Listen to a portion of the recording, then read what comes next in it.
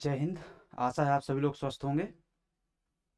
जैसा कि आपको पता है कि हमने पिछले लेक्चर में वित्तीय प्रबंधन के बारे में चर्चा करी थी। अब हम आज के लेक्चर में उससे आगे की बातें करेंगे। आज के नए लेक्चर को चालू करने के पहले पिछले लेक्चर में हमने जो बातें करी थी एक बार उनके संबंध में चर्चा कर लेते हैं कि हमारे पिछले लेक्चर में हमने क्या क्या देखा था। तत्पश्चात हम आगे बढ़ते हैं, ठीक है। इसमें सबसे पहले हम ये देख लेते हैं कि एग्जैक्टली हमारा सिलेबस क्या था। सिक्स्थ यूनिट की हम बात करें, उसका सिलेबस क्या था, ठीक है। सिक्स्थ यूनिट में हमारा वित्तीय प्रबंधन दिया हुआ है, जिसमें वित्तीय प्रबंधन की अवधारणा क्या है, बजट निर्माण क्या है और क्रियान्वयन क्या है। ये जो टॉपिक दिया हुआ है इसके बारे में हमने चर्चा कल कर ली थी। साथ ही लोक ऋण और अनुदान के बारे में भी चर्चा हमने कर ली थी। अनुदान के बारे में हमने विस्तार से चर्चा करी थी, लोक ऋण के बारे में भी हमने शॉर्ट में देखा था। लोक ऋण और अनुदान के बारे में चर्चा एक बार अभी हम और करेंगे आगे, ठीक है। इसके बाद जो तीसरा टॉपिक दिया इसमें आपका अंकेक्षण और वार्षिक प्रतिवेदन दिया हो, जिसमें आपको कैग वगैरह पढ़ना है, ठीक है। इसके अलावा क्या है आपका ऑडिट वगैरह पढ़ना कायदे से। इसके अलावा लोक लेखा समिति दी हुई है, स्वायत्तता स्वावित्त पोषण का महत्व दिया हुआ है और ये एक अधिनियम दिया हुआ है, ठीक है। इतना सिलेबस है आपका, ठीक है। जो पिछला लेक्चर हुआ हमारा क्लास नंबर मेरे ख्याल से 24th थी, है ना, 24th क्लास थी जो। उसमें वित्तीय प्रबंधन, वित्तीय प्रशासन क्या होता है, उसके 4 विषय आयाम क्या क्या होते हैं, इसके बारे में हमने चर्चा करी। लोक वित्त क्या होता है, लोक वित्त के घटक क्या होते हैं, जिसमें लोक राजस्व, लोक व्यय और लोक ऋण, ये जो आपके सिलेबस में मेंशन्ड है, इसके बारे में हमने चर्चा करी थी, ठीक है। फिर वित्त पर नियंत्रण कैसे होता है, जो कि आपके सिलेबस का मेन पोर्शन है, इसके बारे में चर्चा करी हमने।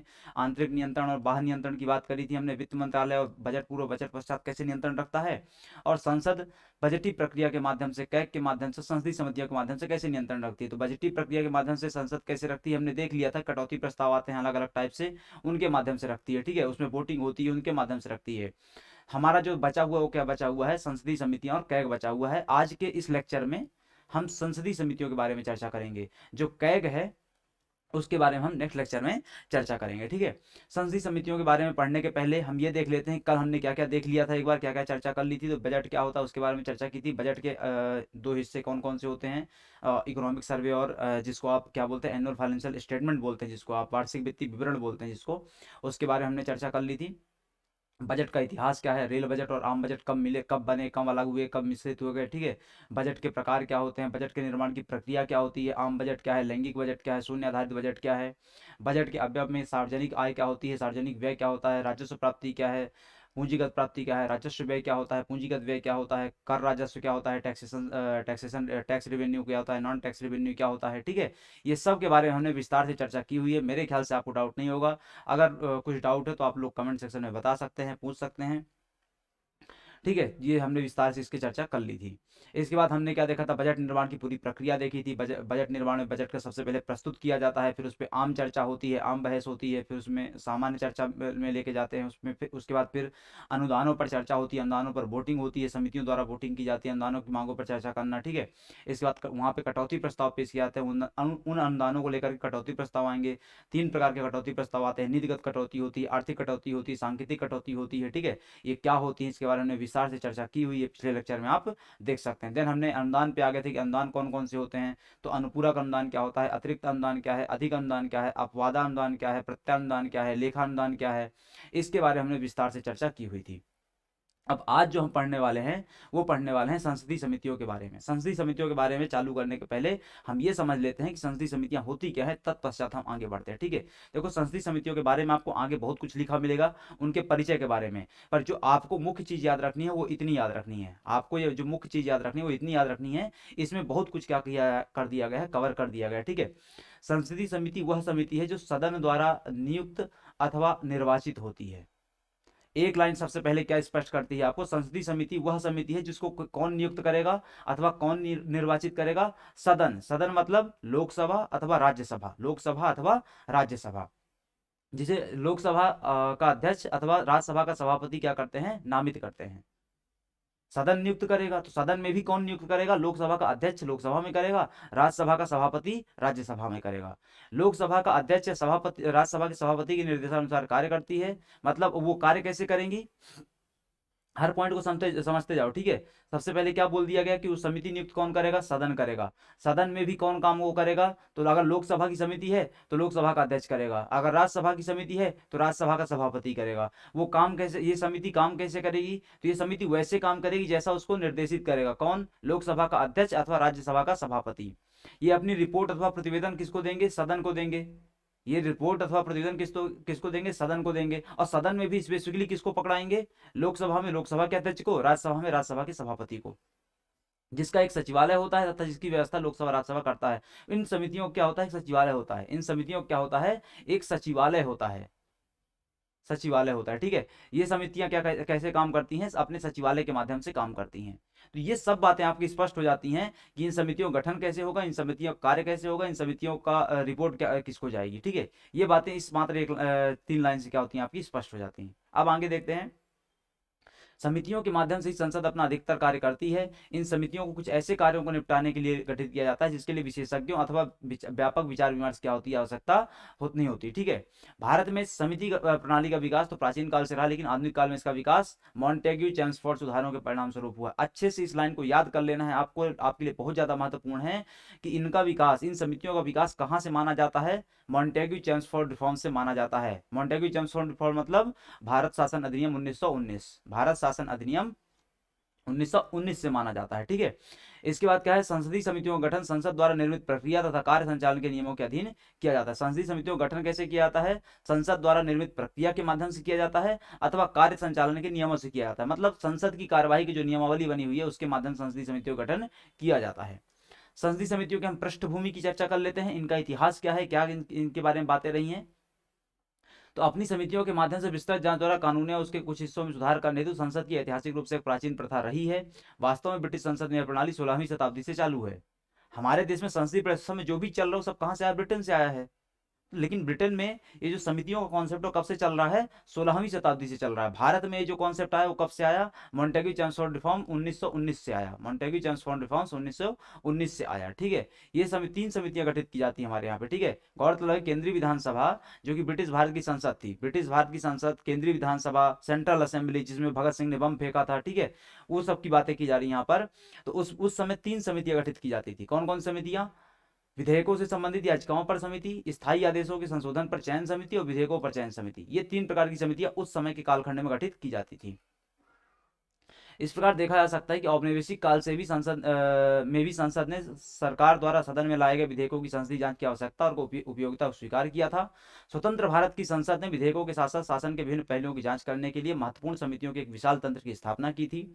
वर्ष 1993 में विभाग संबंधी समितियों, डिपार्टमेंटल समितियों के गठन से पहले भारतीय संसद द्वारा सरकार के महत्वपूर्ण विधायी प्रस्तावों की विस्तृत जांच हेतु चयन समितियों और संयुक्त चयन समितियों का गठन किया जाता था, ठीक है। तो ये एक बेसिक जानकारी है आपके लिए, बहुत ज्यादा महत्व नहीं है। मॉन्टेग्यू चेम्सफोर्ड आपको रिफॉर्म आपको याद रखना है, ठीक है। विभागीय समितियों का गठन 93 से किया जा रहा है, इसको आपको याद रखना है, ठीक है। उस समय जो सेंट्रल असेंबली होती थी उसमें 3 प्रकार की समितियां होती थी, इसको थोड़ा सा आपको याद रखना है, बस हो गया।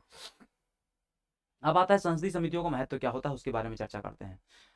ये इसमें सामान्य एकदम पॉइंट देख रहे हैं, बहुत ज्यादा डीप में जाने की आपको आवश्यकता नहीं। संसदीय समितियों के महत्व की अगर हम बात करें या उनकी प्रासंगिकता की बात करें या उनका औचित्य क्या है, वो क्यों बनी हुई है, ठीक है, उनकी आवश्यकता क्या है, तो विधायी विशेषज्ञता प्रदान करना, एक स्पेसिफिक सब्जेक्ट में स्पेसिफिक नॉलेज आ जाता है। दूसरा, एक मिनी संसद के रूप में, लघु संसद बोलते हैं इसको, एक लघु संसद के रूप में काम करते हैं, ठीक है, कि स्पेसिफिकली 10-15 मेंबर, 20 मेंबर, 30 मेंबर बैठेंगे अलग से और उस विधान पर, उस बिल पर क्या करेंगे, विस्तार से चर्चा कर लेंगे। इसके अलावा विस्तृत जांच का साधन होती है, वही हमने विधान विस्तार से चर्चा कर लेंगे। इसके अलावा सरकार पर नियंत्रण होता है। इन समितियों के माध्यम से, इन समितियों के समझ जब वो विषय आता है, वो बिल आता है, उस पर जांच करते हैं, तो वो लोग क्या कर सकते हैं, सरकार पर नियंत्रण रख सकते हैं, सरकार को निर्देशित कर सकते हैं कि आपको इसमें और ये सुधार करना चाहिए। इसके अलावा अब आते हैं मेन चीज पे कि संसदीय समितियां क्या होती हैं हमारी, 2 प्रकार की होती हैं। संसदीय समितियां हमारी क्या होती हैं, 2 प्रकार की होती हैं। कौन कौन सी? स्थायी समितियां और तदर्थ समितियां, ठीक है। स्थायी समितियां और तदर्थ समितियां, जिनको क्या बोला जाता है, एडहॉक कमेटीज अथवा अस्थायी समिति बोला जाता है, और इनको क्या बोला जाता है, स्टैंडिंग कमेटी अथवा स्थायी समिति बोला जाता है। स्थायी समितियों का गठन हर साल किया जाता है, अच्छे से याद रखना है आपको, स्थायी समिति का गठन हर साल किया जाता है, जबकि तदर्थ समिति का गठन, तदर्थ समिति अस्थायी होती है और उनका गठन कब किया जाता है, जब कोई काम दिया जाता है उनको। समझ लो कि आज एक्स काम को संपादित करना है, ये नया बिल आया था, इस नए बिल में एक एक्स काम दिया हुआ था, उसको 10-15 दिन के अंदर खत्म करना है, तो एक समिति गठित कर दी जाएगी, ये तदर्थ समिति कहलाती है, ये एडहॉक समिति कहलाती है, ये अस्थायी नेचर की होती है। और स्थायी नेचर वाली जो समितियां होती है, स्टैंडिंग कमेटीज, वो प्रत्येक साल दर साल क्या की जाती हैं, गठित की जाती हैं। भारतीय संविधान कई जगहों पर समितियों का उल्लेख करता है, लेकिन उनकी संरचना, कार्यकाल या कार्यों के बारे में कोई विशेष प्रावधान नहीं करता है। भारतीय संविधान कई जगहों पर समितियों का उल्लेख करता है, लेकिन संरचना, कार्यकाल, कार्य, इन सब के बारे में कहीं कोई विशेष प्रावधान नहीं किया गया है। ठीक है, बस चर्चा की गई उनके बारे में। अब आते हैं तदर्थ समिति, वो तो आपने देखा स्थायी समितियों के बारे में। अब आते हैं तदर्थ समितियों के बारे में। तो ये चूंकि आपने पीछे पढ़ लिया, तदर्थ समितियों का गठन कब किया जाएगा, जब कोई विशेष कार्य पड़ता है, जब कोई विशेष कार्य करवाना होता है स्पेसिफिक टाइम पीरियड के लिए, तो उस समय क्या किया जाता है, तदर्थ समितियों का गठन किया जाता है। तो विशिष्ट विषयों की जांच के लिए समय समय पर तदर्थ समितियां नियुक्त की जाती हैं। प्रक्रिया के नियमों में उनका नाम इस तरह नहीं रखा गया। ठीक है, एक बार उनका नियत कार्य पूरा हो जाने के पश्चात, रिपोर्ट प्रस्तुत कर देने के पश्चात उनका अस्तित्व क्या हो जाता है, समाप्त हो जाता है। कार्य आवंटित किया गया था, कार्य आपने कर दिया, रिपोर्ट आपने सबमिट कर दी, आपका काम आज से खत्म, आपकी समिति आज से क्या की जाती है, डिजॉल्व की जाती है, समाप्त की जाती है। ठीक है, ये है तो ये एडॉक समितियां अथवा तदर्थ समितियां। अभी जो तदर्थ समितियां होती हैं, ये फर्दर दो हिस्सों में बांटी जाती हैं। कौन कौन सी, एक जांच समिति, एक सलाहकार समिति। जांच समिति जो किसी विषय की जांच के लिए गठित की जाएगी, कि किसी विषय पर गहन जांच करना और फर्दर क्या करना, रिपोर्ट देना, सबमिट करना दोनों सदनों पर। ठीक है, ऐसी समितियों के उदाहरण में विरासत के रखरखाव पर संयुक्त समिति हो गई, प्रोटोकॉल मापदंडों के उल्लंघन पर समिति हो गई, या अन्य मामलों पे कोई समिति हो सकती है, वो जांच करते हैं, सिर्फ हो गया विषय की। सलाहकार समिति सलाह देगी, नाम से स्पष्ट है कि विशेष विषयों पर रिपोर्ट देने के लिए सलाहकार समिति नियुक्त की जाती है। तो तदर्थ समितियां दो प्रकार की होती हैं, यह बात आपको यहाँ से क्या होती है, स्पष्ट होती है। अब तदर्थ समितियों के अंदर ही बात आ जाती है किसकी, प्रवर समिति या संयुक्त प्रवर समिति की। ये तदर्थ समिति का ही हिस्सा है। प्रवर समिति तदर्थ समितियों में सबसे महत्वपूर्ण समिति होती है। तदर्थ समितियों का ही एक प्रकार होता है प्रवर समिति, ये सबसे महत्वपूर्ण समिति होती है तदर्थ समितियों में। किसी विशेष विधेयक पर विचार करने के लिए इस समिति का गठन किया जाता है। समझ लो कि सीएए आया था, क्या आया था, सीएए आया, कानून आया, ठीक है, सिटीजनशिप अमेंडमेंट बिल या किसान बिल आए। उस समय विपक्ष ने मांग करी कि तदर्थ समिति, प्रवर समिति का गठन करके क्या करवा लो, इसकी जांच करवा लो। सरकार ने मना कर दिया, पर उस समय क्या बोला गया कि प्रवर समिति का गठन करो और जांच करवा लो। मतलब किसी उस एक स्पेसिफिक काम के लिए उसको गठित किया जा रहा है। प्रवर समिति में अधिकतम सदस्य संख्या कितनी होती है, 30 होती है। संयुक्त प्रवर समिति में 45 होती है। ये आपके एग्जाम के लिए फैक्ट है, अच्छे से याद रखना है आपको। प्रवर समिति में 30 होती है, संयुक्त प्रवर समिति में 45 होती है, जिसमें लोकसभा से कितने आएंगे, 15 और 30 आ जाएंगे। सॉरी, लोकसभा से 30 आएंगे और राज्यसभा से 15 आ जाएंगे। ठीक है, किसी विशिष्ट मामलों की जांच के लिए समिति हो सकती है, जिससे हमने पीछे देखा, तो अलग अलग मामलों की जांच के लिए समिति बनाई जा सकती है तदर्थ मामलों के तहत। अब आते हैं स्थायी संसदीय समितियों पे।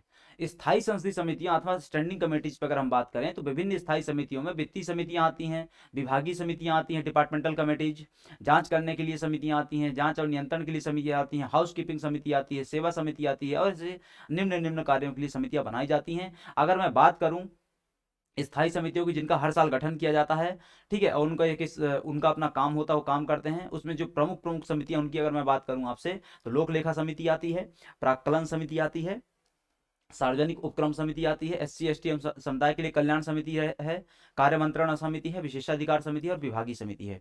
इतनी समितियां क्या है, देखने को मिलती हैं जनरली। ठीक है, अब हमको इन्हीं समितियों में जो मुख्य समितियां आपके एग्जाम के पर्सपेक्टिव से, उनके बारे में चर्चा करनी है। सबसे पहले आते हैं वित्तीय समितियों में, फाइनेंशियल कमेटीज। स्थायी समितियों की हम चर्चा कर रहे हैं, स्थायी समितियों में हम सबसे पहले किसकी चर्चा कर रहे हैं, वित्तीय समितियों की, जिसमें सबसे पहले क्या आता है आपका वित्तीय समितियों में, प्राक्कलन समिति, एस्टिमेट्स कमेटी, प्राक्कलन समिति आती है। प्राक्कलन समिति के बारे में आपको हर चीज अच्छे से याद रखनी है। जैसे 30 सदस्य होंगे, 30 सदस्य होंगे, सभी सदस्य लोकसभा से चुने जाएंगे। स्थायी समितियों में सबसे बड़ी समिति होती है, स्थायी समितियों में सबसे बड़ी समिति होती है। सभी सदस्य कहां से चुने जाएंगे, लोकसभा से चुने जाएंगे। ये महत्वपूर्ण है आपके लिए, लोकसभा से। बाकी समितियों में दोनों जगह के सदस्य आते हैं, पर यहां सिर्फ लोकसभा से आएंगे, केवल लोकसभा का प्रतिनिधित्व होगा। नाम बात ही स्पष्ट हो गई ना, कि 30 के 30 मेंबर लोकसभा से आएंगे, तो लोकसभा का ही प्रतिनिधित्व रहेगा। सदस्यता कौन रहेगी इसकी, मतलब कौन लोग को इसमें अपॉइंट किया जाएगा, तो लोकसभा के सदस्य, लोकसभा के सदस्य एकल संक्रमणी मत प्रणाली द्वारा आनुपातिक प्रतिनिधित्व पद्धति के माध्यम से चुना जाता है।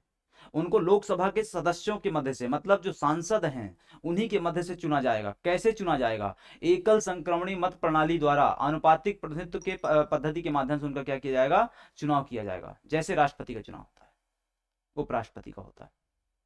ठीक है, सदस्यता हो गई। इसके बाद क्या था, अध्यक्षता कौन करेगा, तो लोकसभा अध्यक्ष द्वारा समिति के सदस्यों में से एक व्यक्ति को क्या कर दिया जाएगा, अध्यक्ष नियुक्त कर दिया जाएगा। कौन नियुक्त करेगा, ये आपके लिए महत्वपूर्ण है। अध्यक्ष, लोकसभा का अध्यक्ष नियुक्त करेगा। कार्य क्या होगा, बजट में शामिल अनुमानों की चर्चा करना, बजट में जो अनुमान अलग अलग शामिल किए जाते हैं उनकी क्या करना, चर्चा करना। ठीक है, तो ये काम हो गया। तो ये क्या होती है, प्राक्कलन समिति होती है, एस्टिमेट कमेटी होती है। ठीक है, अब आते हैं वित्तीय समितियों में दूसरी समिति क्या है आपकी, लोक लेखा समिति, जिसको क्या बोला था, पब्लिक अकाउंट कमेटी या पीएसी बोला जाता है, पीएसी। एस्टिमेट प्राक्कलन समिति देख लिया आपने, अब क्या आता है आपका, पीएसी आती है। पीएसी में कितने मेंबर होते हैं, 22 सदस्य होते हैं। पीएसी की संख्या कितनी होती है, लोक लेखा समिति की, पब्लिक अकाउंट कमेटी की संख्या कितनी होती है, 22 होती है। 22 में से 15 कहाँ से आएंगे, लोकसभा से, और 7 कहाँ से आएंगे, राज्यसभा से। बहुत महत्वपूर्ण है आपके लिए, अच्छे से याद रखना है। लोकसभा तथा राज्यसभा दोनों का प्रतिनिधित्व रहेगा, 15 लोकसभा से, 7 राज्यसभा से। कैसे, वही पुरानी पुरानी प्रक्रिया, लोकसभा के सदस्य एकल संक्रमण मत प्रणाली द्वारा अनुपातिक प्रतिनिधित्व के माध्यम से क्या किया जाएगा, इनका चुनाव किया जाएगा। अध्यक्ष कौन होगा, तो अध्यक्ष लोकसभा के सदस्यों लोकसभा के अध्यक्ष द्वारा, मतलब समिति के अध्यक्ष को लोकसभा के अध्यक्ष द्वारा लोकसभा के सदस्यों के मध्य से चुन लिया जाएगा। ठीक है, मतलब जो समिति टोटल 22 मेंबर है, इन 22 मेंबर में से किसी एक मेंबर को क्या कर लिया जाएगा, चुन लिया जाएगा। लेकिन चुनेगा कौन, लोकसभा का अध्यक्ष चुनेगा, ये महत्वपूर्ण है। यहाँ पे सभापति नहीं चुनाव करेगा, चुनाव कौन करेगा, लोकसभा का अध्यक्ष करेगा, ये महत्वपूर्ण है आपके लिए। काम क्या होता है इनका, भारत के नियंत्रक या महालेखा परीक्षक कैग की वार्षिक ऑडिट रिपोर्ट क्या करना, जांच करना। समझ गए पॉइंट। आपका क्या आया, प्राक्कलन समिति सबसे पहले हमने देखी। प्राक्कलन समिति में क्या आया था, 30 सदस्य होते हैं, लोकसभा का प्रतिनिधित्व केवल, सभी सदस्य लोकसभा के होंगे। एकल संपीड़ित मत प्रणाली के माध्यम से अनुपातिक प्रतिनिधित्व पद्धति के द्वारा इनका क्या होता है, चुनाव होता है। और लोग उन्हीं इन 30 सदस्यों में से किसी एक सदस्य को अध्यक्ष बना दिया जाएगा। कौन बनाएगा, लोकसभा का अध्यक्ष बनाएगा, और बजट में शामिल अनुमानों की जांच करेंगे। फिर आती है आपकी लोक लेखा समिति, 22 सदस्य होते हैं, 22 में से 15 लोकसभा से, 7 राज्यसभा से, मतलब दोनों सदनों का प्रतिनिधित्व है। चुनाव कैसे होगा, तो वही एकल संक्रमणी मत प्रणाली द्वारा अनुपातिक पद्धति के माध्यम से उनका क्या होगा, चुनाव होगा। प्रेफरेंशियल वोट सिस्टम बोला जाता है इसको। इसके बाद क्या होता है, अध्यक्ष कौन होगा, तो इन 22 सदस्यों में से किसी एक व्यक्ति को अध्यक्ष बनाया जाएगा। कौन बनाएगा, लोकसभा का अध्यक्ष बनाएगा। कार्य क्या होगा, कैग की रिपोर्ट की जांच करना। अब आते हैं लोक उपक्रम समिति, committee on PSUs, public service, जो आपकी ये होती हैं, यूनिट्स होती हैं, उनके संबंध में काम करेंगे। इनमें भी 22 सदस्य होते हैं, 15 सदस्य लोकसभा से, 7 सदस्य राज्यसभा से, मतलब दोनों का प्रतिनिधित्व हो गया, लोकसभा का भी प्रतिनिधित्व हो गया और राज्यसभा का भी प्रतिनिधित्व हो गया। चुनाव कैसे होगा, वही पुरानी प्रक्रिया, एकल संक्रमणी मत प्रणाली द्वारा आनुपातिक प्रतिनिधित्व के पद्धति के माध्यम से इनका क्या किया जाएगा, चुनाव किया जाएगा। पुरानी प्रक्रिया के माध्यम से चुनाव होगा। अध्यक्ष कौन होगा, तो अध्यक्ष की नियुक्ति लोकसभा के सदस्यों में से ही स्पीकर द्वारा कर दी जाती है। ठीक है, स्पीकर द्वारा कर दी जाती है। लोकसभा अध्यक्ष की नियुक्ति लोकसभा के सदस्यों में से, ठीक है, लोकसभा के सदस्यों में से स्पीकर द्वारा नियुक्ति की जाएगी। कार्य क्या होगा, सार्वजनिक उपक्रम खातों के अभिलेखों को क्या करना, जांच करना। ठीक है, तो ये पूरा क्या था आपका, स्थायी समितियों आदि के बारे में पूरी चर्चा थी। ठीक है, अब आते हैं विभागीय समितियां, जो भी की एक स्थायी समिति का हिस्सा है। ऐसी समितियों की संख्या कितनी है, 24 है। सबसे पहला तो महत्वपूर्ण आपके लिए याद क्या रखना है कि विभागीय समितियों की संख्या कितनी होती है, 24 होती है। ठीक है, विभागीय समितियों की संख्या कितनी, 24 है। प्रत्येक विभागीय समिति में अधिकतम 31 सदस्य होते हैं। 24 समितियां होती हैं, प्रत्येक समिति में 31 सदस्य होंगे, जिसमें से 21 सदस्यों को मनोनयन कौन करेगा, स्पीकर करेगा, और 10 सदस्यों को मनोनयन कौन करेगा, राज्यसभा का सभापति करेगा। मतलब प्रत्येक 24 समितियां, प्रत्येक समिति में 31 सदस्य, 31 सदस्यों में से आपके 21 सदस्य कहां से आएंगे, लोकसभा से आएंगे। प्रत्येक समिति की बात कर रहे हैं हम। ठीक है, जैसे ये एक समिति होगी, 24 में से ये एक समिति हो गई, इसमें 31 सदस्य रहेंगे। उस 31 में से 21 सदस्य कहां से आएंगे, लोकसभा से, और 10 सदस्य कहां से आएंगे, राज्यसभा से। ये बात हो रही है। ठीक है, कुल 24 समितियों में से 16 लोकसभा के अंतर्गत और 8 समितियां राज्यसभा के अंतर्गत कार्य करती हैं। अब वो जो 24 समितियां हैं, उनमें से 16 समितियां किसके लिए कार्य करेंगी, लोकसभा के लिए कार्य करेंगी, और 8 समितियां किसके लिए कार्य करेंगी, राज्यसभा के लिए कार्य करेंगी। इन समितियों का मुख्य कार्य अनुदान संबंधी मांगों की जांच करना, मांगों के संबंध में अपनी रिपोर्ट सबमिट करना होता है। ये क्या था, पूरा आपका स्थायी समितियों के बारे में चर्चा थी। यहाँ से क्या होता है, आपकी क्लास समाप्त होती है, जिसमें आज हमने संसदीय समितियों के बारे में पूरी विस्तार चर्चा करी। कोई भी पॉइंट हमने इसमें नहीं छोड़ा है। नेक्स्ट क्लास से हम कैग के साथ साथ अन्य बिंदुओं की भी उसी लेक्चर में चर्चा करेंगे। कैग के साथ साथ अन्य बिंदुओं की भी हम उसी में साथ साथ लेक्चर चर्चा करेंगे। तब तक के लिए अभी इस क्लास को हम क्या करते हैं, समाप्त करते हैं। मिलते हैं आपसे अगली क्लास में। आप सभी का धन्यवाद।